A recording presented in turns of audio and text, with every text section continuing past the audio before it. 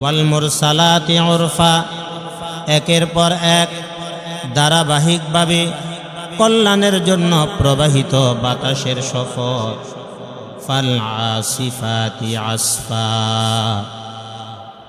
দ্রুত বেগে প্রবাহিত জটিকা বাতাসের শপথ, যে বাতাসের মাধ্যমে ঘূর্ণিঝড় হয়, জলোচ্ছ্বাস হয়, যে বাতাসের মাধ্যমে মানুষের জানমালের ক্ষতি হয়। ওয়ান্নাশিরাতি নাশরা, মেঘমালা সঞ্চালনকারী বাতাসের শপথ।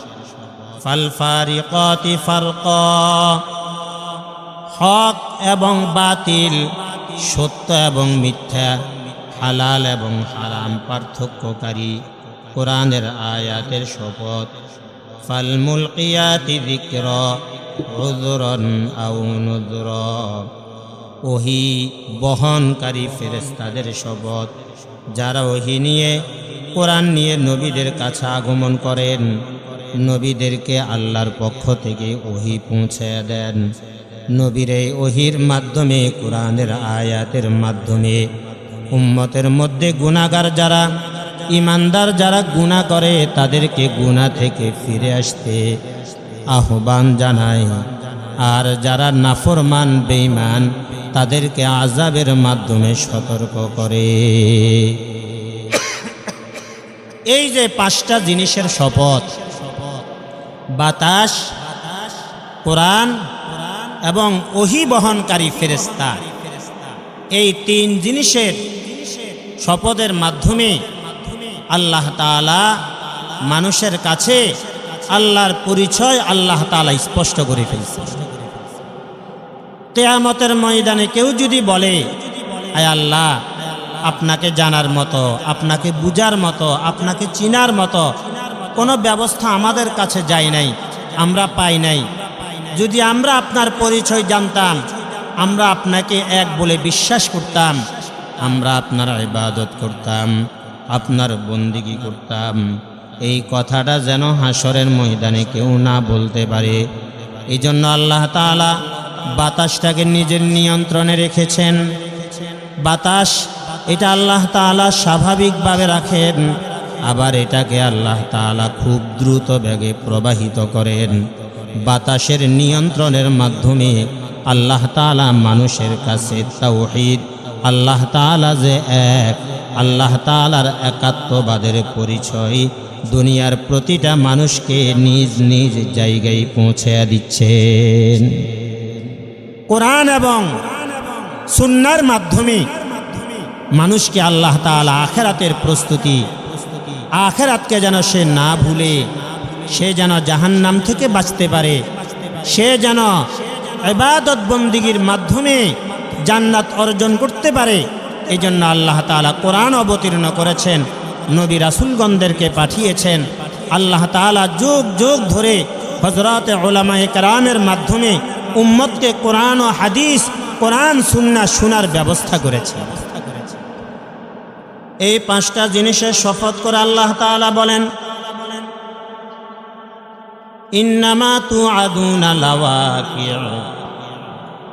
নবী রাসূলগণ উলামায়ে কেরামের মাধ্যমে কিয়ামত, হিসাব নিকাশ, জান্নাত জাহান্নাম, শাস্তি এবং পুরস্কারের যে ওয়াদা করা হয়েছে, এগুলা বাস্তবায়িত হবে, এগুলা সব সংগঠিত হবে।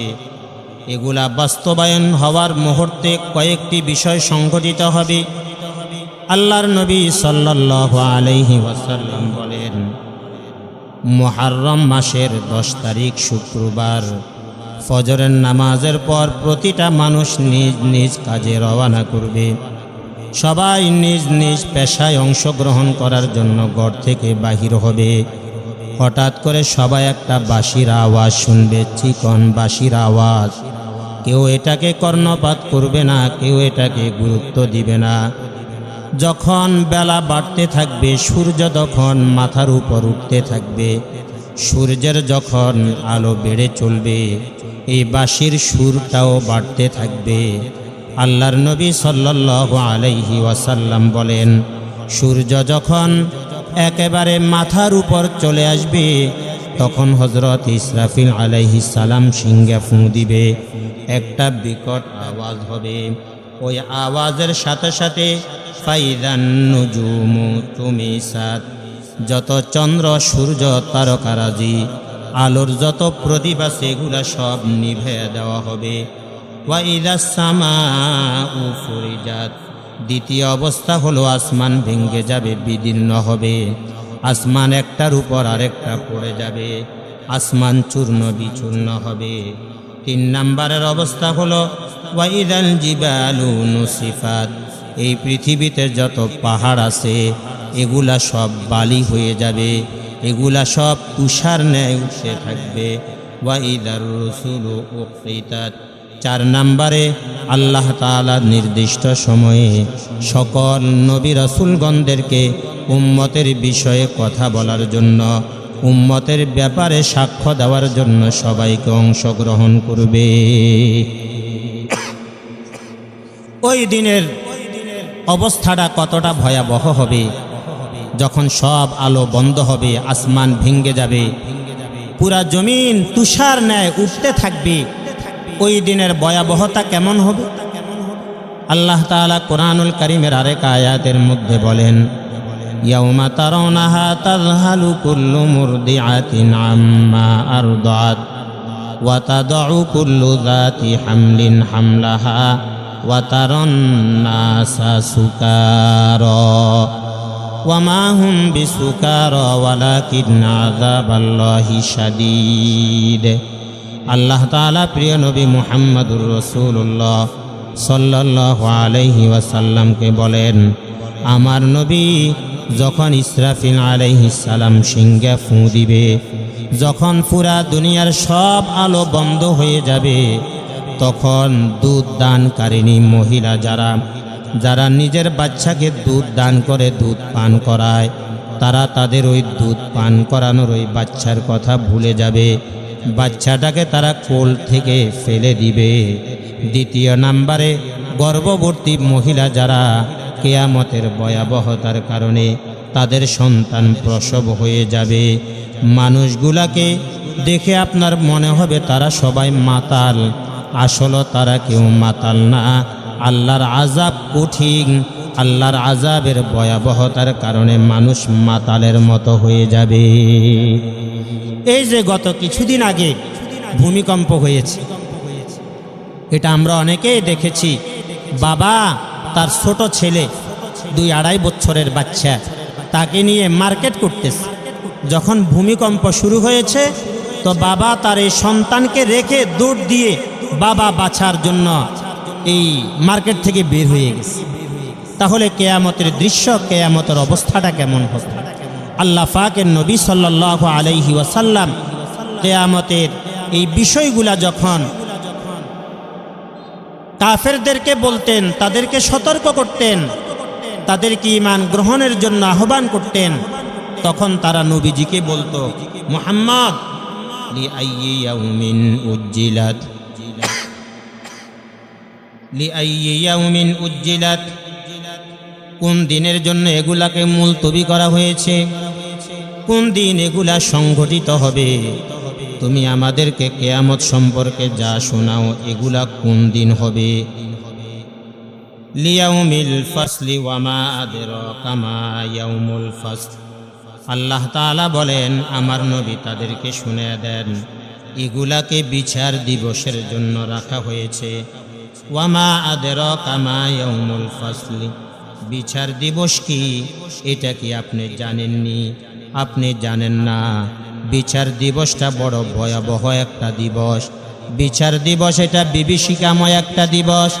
বিচার দিবস এটা কঠিন একটা মুহূর্ত হবে, যেই দিন কেউ কাউকে আপন বলে পরিচয় দিবে না, বন্ধু বন্ধুকে দেখে কোনো কথা বলবে না, বাবা ছেলেকে ছেলের পরিচয় দিবে না, মা মেয়েকে মেয়ে বলে পরিচয় দিবে না, নবীরা পর্যন্ত ইয়া নফসি বলবে। সবাই শুধু বলতে থাকবে, হায় আজকে আমার কি হবে, আজকে আমার ফয়সালাটা কি হবে। ওয়াইলুন ইয়াউমাইযিল লিল মুকাযযিবিন, ওয়াইলুন ইয়াউমাইযিল লিল মুকাদ্দিবিন। ওই দিন যারা আখিরাতকে ভুলে আছে, যারা এখন আখিরাতের জন্য প্রস্তুতি নেয় না, যারা কোরআন সুন্নাহ থেকে বিমুখ হয়ে আছে, যারা উলামায়ে কেরামের বিরোধিতায় লেগে আছে, যারা মাদ্রাসা মসজিদের বিরুদ্ধে কথা বলে, যারা বাউল শিল্পীদের পক্ষে থাকে, যারা ইসলামের দুশ্মন, যারা এদের সাথে উঠা বসা করে, আল্লাহ তাআলা বলেন ওই দিন এই অপরাধী যারা, এই গুনাহগার যারা, এই মিথ্যাবাদী যারা, তাদের জন্য বড় দুর্ভোগ হবে। ওই দিনটা তাদের জন্য ধ্বংস হবে। তাফসীরের কিতাবের মধ্যে লিখেছে যে ওয়াইল এটা জাহান্নামের একটা উপত্যকা, যেখানে জাহান্নামীদের ক্ষতস্থানের পুঁজ গিয়ে জমা হবে। জাহান্নামীদের ক্ষতস্থান থেকে বের হওয়া পুঁজ দিয়ে একটা নদী হবে। ওই নদীর মধ্যে এই নাফরমান যারা, যারা আখিরাতকে বিশ্বাস করে না, যারা আল্লাহকে ভুলে আছে, যারা দুনিয়া মুখী হয়ে আছে, আখিরাত বিমুখ যারা, তাদেরকে আল্লাহ তাআলা এই ওয়াইল নামের এই জাহান্নামের এই নদীতে নিক্ষেপ করে। আল্লাহ তাআলা বলছেন, দেখো তোমরা আমাকে এক বলে বিশ্বাস করো না, তোমরা কোরআন সুন্নাহ বাদ দিয়ে দিলে, তোমরা আখিরাতের প্রস্তুতি নিতে ভুলে গেলা। অতীতে যারা এরকম ছিল, আখিরাত যারা ভুলেছিল, অতীতে যারা আমাকে এক বলে বিশ্বাস করে নাই, অতীতে যারা নবীদের বিরোধিতা করেছিল, আসমানি কিতাবের বিরোধিতা করেছিল, তাদের অবস্থাটা কি হয়েছে আমি কোরআনুল কারীমের বিভিন্ন জায়গায় আলোচনা করেছি, অবতীর্ণ করেছি, তোমাদেরকে জানিয়েছি। আলাম নুহলিকিল আউয়ালিন, পূর্ববর্তী কওমে লূত যারা, কওমে সামুদ যারা, আদ সম্প্রদায় যারা, আমি তাদেরকে ধ্বংস করেছি। সুম্মা নুতবিউহুমুল আখিরিন, আর পরবর্তীতে যারা, অর্থাৎ কোরআন অবতীর্ণ হওয়ার সময় থেকে নিয়ে কিয়ামত পর্যন্ত যারা কোরআন ও সুন্নাহর বিরোধী হবে, যারা কোরআন ও সুন্নাহ থেকে বিমুখ হয়ে আসবে, আল্লাহ তাআলা বলেন তাদের উপর আমি আযাব অবতীর্ণ করব। তবে পার্থক্য শুধু এতটুকুই, আগেরকার নাফরমান যারা আল্লাহ তাআলা আযাব অবতীর্ণ করে তাদেরকে একসাথে ধ্বংস করে দিতেন, পুরা জাতিকে আল্লাহ তাআলা ধ্বংস করে দিতেন, পুরা জনপদ আল্লাহ তাআলা একেবারেই শেষ করে দিতেন। আর প্রিয় নবী মুহাম্মদুর রাসূলুল্লাহ সাল্লাল্লাহু আলাইহি ওয়াসাল্লামের সম্মানার্থে আল্লাহ তাআলা আমাদেরকে একবারেই শেষ করেন না। আল্লাহ তাআলা বিশেষ নাফরমান, যে নাফরমানি করতে করতে সীমা অবলঙ্ঘন করেছে, শুধুমাত্র তাকেই আল্লাহ তাআলা তরবারির মাধ্যমে, মুসলমানের জবানের আল্লাহু আকবারের ধ্বনির মাধ্যমে শেষ করে দেয়। আগের যারা, তাদেরকে আযাব দিয়ে পুরা সম্প্রদায় শেষ করতেন। আর কিয়ামত পর্যন্ত রসুলের সম্মানার্থে আল্লাহ তাআলা আযাব দিয়ে পুরা সম্প্রদায়, পুরা কওমকে ধ্বংস করবেন না, নির্দিষ্ট নাফরমান তাকেই আল্লাহ তাআলা ধ্বংস করে দিবেন। কাযালিকা নাফআলু বিল মুজরিমিন, আল্লাহ তাআলা বলেন এভাবে আমি অপরাধী নাফরমান যারা, তাদের সাথে আচরণ করে থাকি। ওয়াইলুন ইয়াউমাইযিল লিল মুকাদ্দিবিন, যারা নাফরমানি করেও নিজেকে নাফরমান বলে বিশ্বাস করে না, যারা নামাজ না পড়েও নিজেকে আযাবের উপযুক্ত মনে করে না, যারা সুদের সাথে ঘুষের সাথে জড়িত থেকেও নিজেকে অপরাধী মনে করে না, যারা আলেম ওলামা মাদ্রাসা মসজিদের বিরুদ্ধে চলেও নিজেকে গুনাহগার মনে করে না, আল্লাহ তাআলা বলেন ওই দিন এই মিথ্যাবাদীদের অবস্থাটা বড় দুর্ভোগ হবে। ওই দিন বেনমাজি বুঝবে নামাজ না পড়ার শাস্তিটা কেমন, ওই দিন মদখোর গাঁজাখোর বুঝবে মদ আর গাঞ্জা খাওয়ার শাস্তিটা কেমন, ওই দিন ইয়াবাখোর বুঝবে ইয়াবা খাওয়ার শাস্তিটা কেমন, ওই দিন সুদে ঘুষে জড়িত যারা, তাদের শাস্তিটা কি, এটা ওই দিন তারা একেবারেই টের পাবে। আল্লাহ তাআলা এই যে আয়াতগুলোর মাধ্যমে মূলত আল্লাহ তাআলার বিশেষ একটা মুহাব্বত প্রকাশ করছে। আল্লাহ তাআলা মুহাব্বত প্রকাশ করছে, আমার বান্দা দেখো আমি আল্লাহ তাআলা আগে যারা নাফরমানি করছে তাদেরকে আমি শেষ করে ফেলছি, কিয়ামত পর্যন্ত যারা করবে আমি তাদেরকেও শেষ করে দিব। বাকি আমি তো সাথে সাথে ধরতেছি না, আমি তো তোমার অপেক্ষায় আছি। তুমি যখনই আমাকে ডাক দিবা, তুমি যখনই ফিরে আসবা, যখনই বলবা আল্লাহ আমি গুনাহ করে ফেলছি, আমি নাফরমানি করে ফেলছি, আয় আল্লাহ আপনি আমাকে মাফ করে দেন, তো আল্লাহ তাআলা বলে আমি তোমার উপর তখন আর আযাব অবতীর্ণ না করে আমি আল্লাহ মুহাব্বত, ভালোবাসা, রহমত, আমার গফফার নামের বরকতে আমি তোমাকে আমার কুদরতি কোলে উঠে আনি, আমি তোমাকে মাফ করে দিব। আমি আযাবের পরিবর্তে তোমার উপর রহমত অবতীর্ণ করব। আমি আল্লাহ তাআলা তোমাকে জাহান্নামের পরিবর্তে জান্নাতুল ফেরদাউস দিয়ে দিব। পরবর্তী আয়াতগুলাতে আল্লাহ তাআলা তার মুহাব্বত, ভালোবাসা আরো কত আজীবভাবে প্রকাশ করছেন।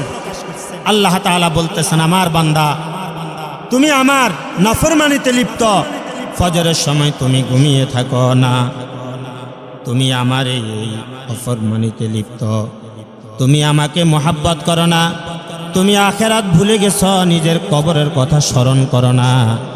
বান্দা তুমি কি জানো না, আলাম নাখলুকুম মিন মাইম মাহিন, আমি তোমাদেরকে নাপাক পানি থেকে সৃষ্টি করেছি, তোমার কোনো অস্তিত্ব ছিল না। হাল আতা আলাল ইনসানি হিনুম মিনাদ দাহরি লাম ইয়াকুন শাইআম মাযকুরা। আল্লাহ তাআলা বলেন, মানুষের কি এমন একটা সময় অতিবাহিত হয়নি যখন সে উল্লেখযোগ্য কোনো বস্তুই ছিল না। তার মানে আমরা এখানে যারা আছি, আজ থেকে 100 বছর আগে আমার নাম দুনিয়ার কোনো মজলিসে আলোচনা হতো না। আমি যে দুনিয়ায় আসব এটা দুনিয়ার কোনো মানুষ জানতো না।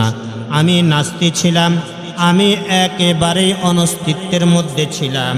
আল্লাহ তাআলা আমাকে অনস্তিত্ব থেকে, নাস্তি থেকে অস্তিত্ব দান করেছেন। তাও দান করেছেন কিসের থেকে?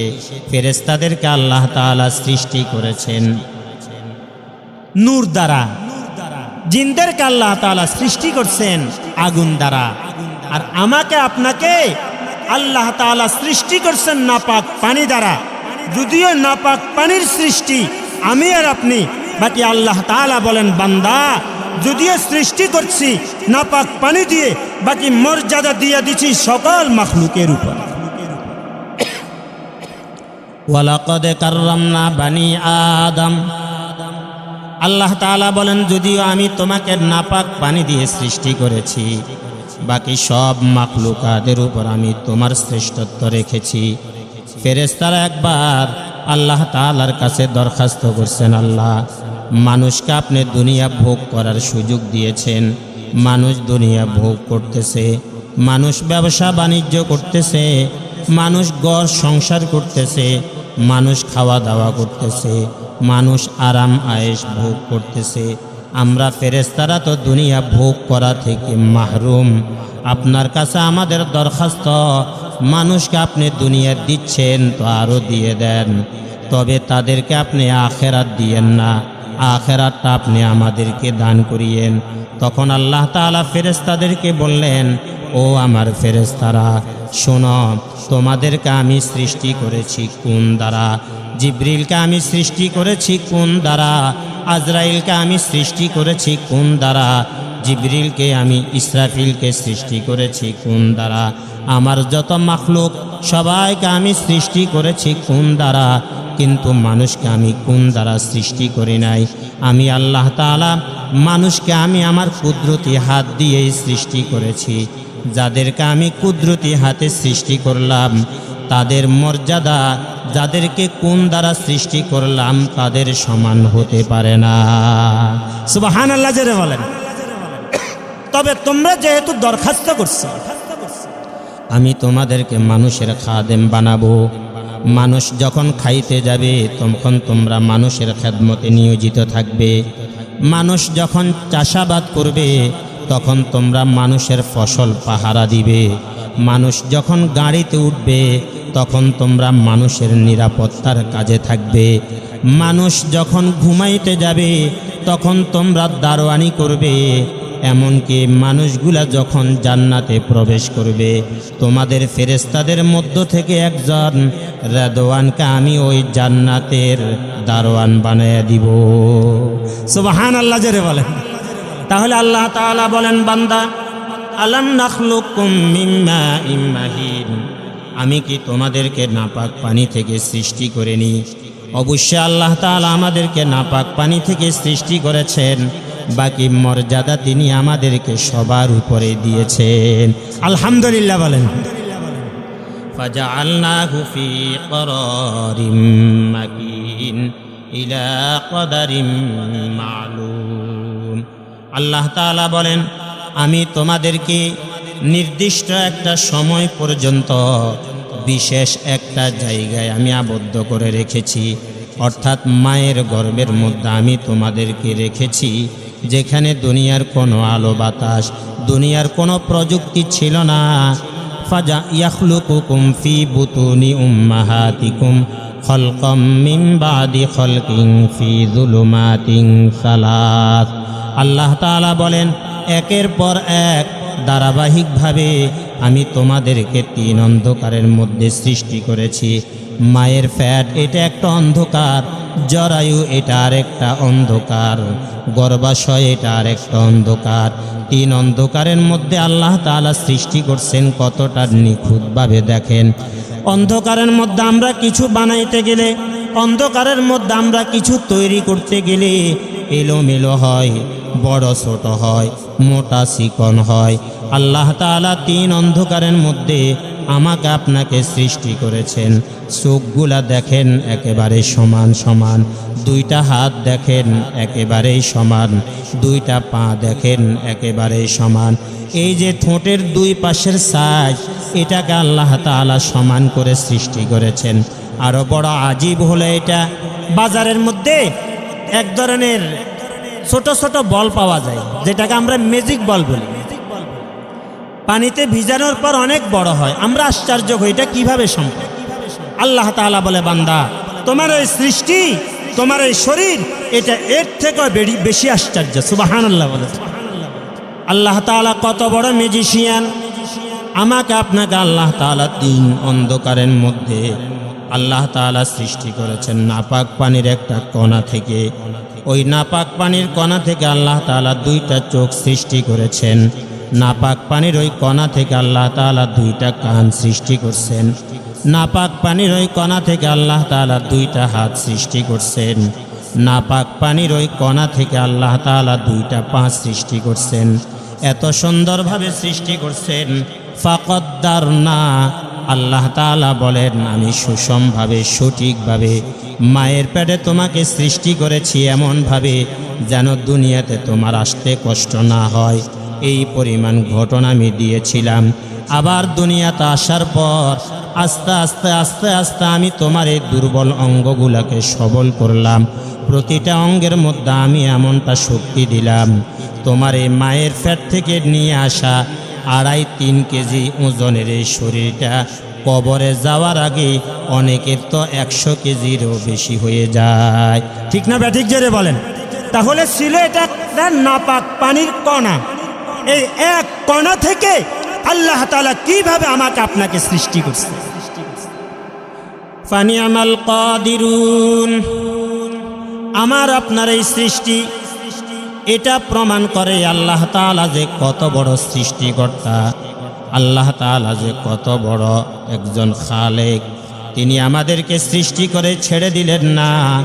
তিনি আমাদেরকে সৃষ্টি করার পর আবার এই দুনিয়ার হায়াতে চলার জন্য আমাদের জন্য যা যা দরকার এই সব তিনি সৃষ্টি করেছেন। আমাদের জন্য আলো প্রয়োজন, তিনি আমাদের জন্য চন্দ্র সূর্য সৃষ্টি করেছেন। জমিন তিনি আমাদের জন্য সৃষ্টি করেছেন। আসমান তিনি আমাদের জন্য সৃষ্টি করেছেন। গাছপালা তিনি আমাদের জন্য সৃষ্টি করেছেন। ফুল ফল তিনি আমাদের জন্য সৃষ্টি করেছেন।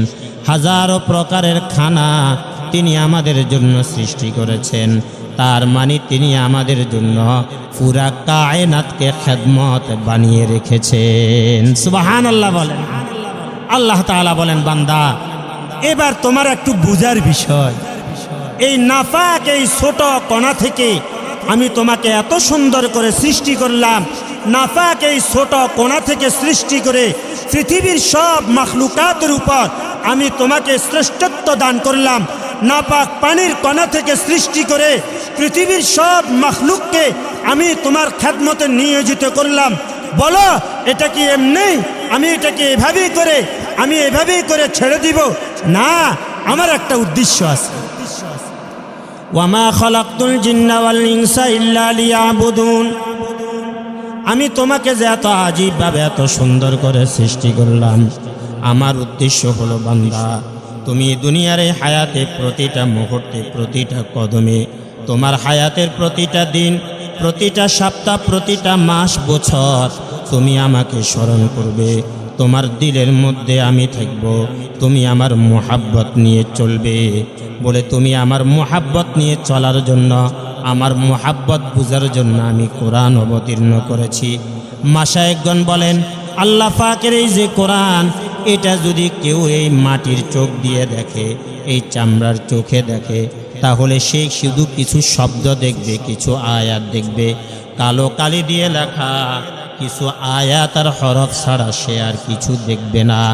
আল্লাহর এই কোরআনকে যদি কেউ আকলের চোখ দিয়ে দেখে, গবেষণার আলোকে দেখে, তাহলে সে আল্লাহর এই কোরআনকে ইলমের বিশাল বড় ভান্ডার হিসাবে দেখবে।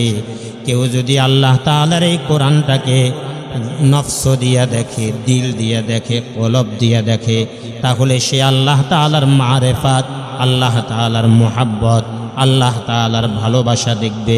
যখন সে আল্লাহ তাআলার তাওহীদের আয়াতগুলা পড়বে, আল্লাহ তাআলা পুরা কায়নাতকে সৃষ্টি করার বিভিন্ন দৃষ্টান্তগুলো এই কোরআনের মধ্যে পড়বে, তখন আল্লাহর প্রতি ঈমান, আল্লাহর প্রতি মুহাব্বত, ভালোবাসা, আল্লাহর প্রতি ইয়াকিন তার বাড়তে থাকবে। যখন কেউ জান্নাতের আয়াতগুলা পড়বে, এই কলব থেকে যখন মুহাব্বতের সাথে এই কোরআন পড়া শুরু করবে, তখন এই জান্নাতের আয়াতগুলা সামনে আসলে মনে হবে যেন জান্নাত তার চোখের সামনে বাসা। যখন সে জাহান্নামের আয়াতগুলা পড়বে, মনে হবে যেন জাহান্নামের দৃশ্য তাকে দেখানো হচ্ছে। মাশায়েখগণ বলেন, রূহের একটা চোখ আছে। কেউ যদি রূহের চোখ দিয়ে যদি আল্লাহর এই কোরআন দেখে, তাহলে সে শুধু কোরআনের শব্দ দেখবে না, কোরআনে শুধু ইলম দেখবে না, কোরআনে শুধু আল্লাহর মারেফাত আর মুহাব্বত দেখবে না, এই কোরআনের প্রতিটা আয়াতে প্রতিটা হরফে সে আল্লাহ তাআলাকে সরাসরি দেখবে। জঙ্গে দিল আজম সয়কলিলা ফাকে কোন সিনাবাতি গে মুহাব্বতে চাকে কোন তি গেলা দর কতলে গইরে হক বারান্দে দরনে গার আখির के बाद लाछे मंदा इल्लल्लाह बाकी जुमला रफ्ते मरहबा इश्क शरकत सुजरफ फरदाए हस्ती अगर सो जीवनारे लाइला आजमा भी फरदा बिनी नूरे इल्लल्लाह रा।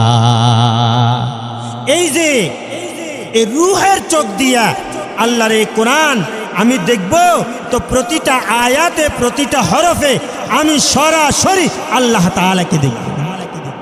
এটা যেন আমাদের অর্জন হয়। এই কারণেই আমাদের পীর মাশায়েখদের মেহনত, এই শাহদিলার বাগ দারুল উলুম মাদ্রাসা, আপনাদের এই মাটি এবং মানুষের কলিজার ব্যক্তি, আমাদের কওমি মাদ্রাসার অনেক বড় একজন মুরব্বী, আমাদের বাংলাদেশের হাজারো মানুষ যাকে বিভিন্ন ক্ষেত্রে মুরব্বী হিসাবে গ্রহণ করে, মুরব্বী হিসাবে পরামর্শ নিয়ে চলে, আপনাদেরই গর্ব, আপনাদেরই এলাকার ব্যক্তি আলহাজ জনাব মুহাম্মদ জহিরুল ইসলাম সাহেব, আল্লাহ তাআলা হজরতের হায়াতে বরকত দান করেন। হজরত আমাদের খুলনার আল্লাহওয়ালা বুজুর্গ, ওনার খেলাফত প্রাপ্ত, হজরতের সাথে চলা ফিরা আলহামদুলিল্লাহ আমরা অনেক খোরাক পাই। আল্লাহ তাআলা যেন হজরতকে আমাদের মধ্যে দীর্ঘায়িত করেন। হজরতের এই গড়া, হজরতের এই প্রতিষ্ঠিত এই প্রতিষ্ঠান শাহদিলার বাগ দারুল উলুম, এটাকে আল্লাহ তাআলা যেন দাওরায়ে হাদিস পর্যন্ত কবুল করেন। এই মাদ্রাসাকে আল্লাহ তাআলা যেন এই পুরা অঞ্চলের জন্য, পুরা এলাকার জন্য, পুরা কায়নাতের জন্য হেদায়েতের মার্কাজ হিসাবে কবুল করেন। আমরা সবাই দোয়া করি। সর্বশেষ হজরতের জন্য আল্লাহ তাআলার কাছে দোয়া চাই, আল্লাহ তাআলা যেন হজরতের ছায়া আমাদের জন্য দীর্ঘায়িত করেন। আমাদের কওমি মাদ্রাসার এই বুড়িচ্ছং একটা শাখা, একটা সংগঠন, যেই সংগঠন শুরু থেকে আজকের এই দিন পর্যন্ত হজরতের পরামর্শে, হজরতের নেক নজরে আলহামদুলিল্লাহ অনেক কাজ চলছে, আগামীতেও যেন চলে। আল্লাহ তাআলা যেন হজরতকে আমাদের জন্য দীর্ঘায়িত করেন। হজরতের হায়াতে তারাক্কি কামনা করি, আল্লাহ তাআলার কাছে বরকত চাই। আমি আমার কথা এখানেই শেষ করলাম। ওয়া আখিরু দাওয়ানা আনিল হামদুলিল্লাহি রাব্বিল আলামিন।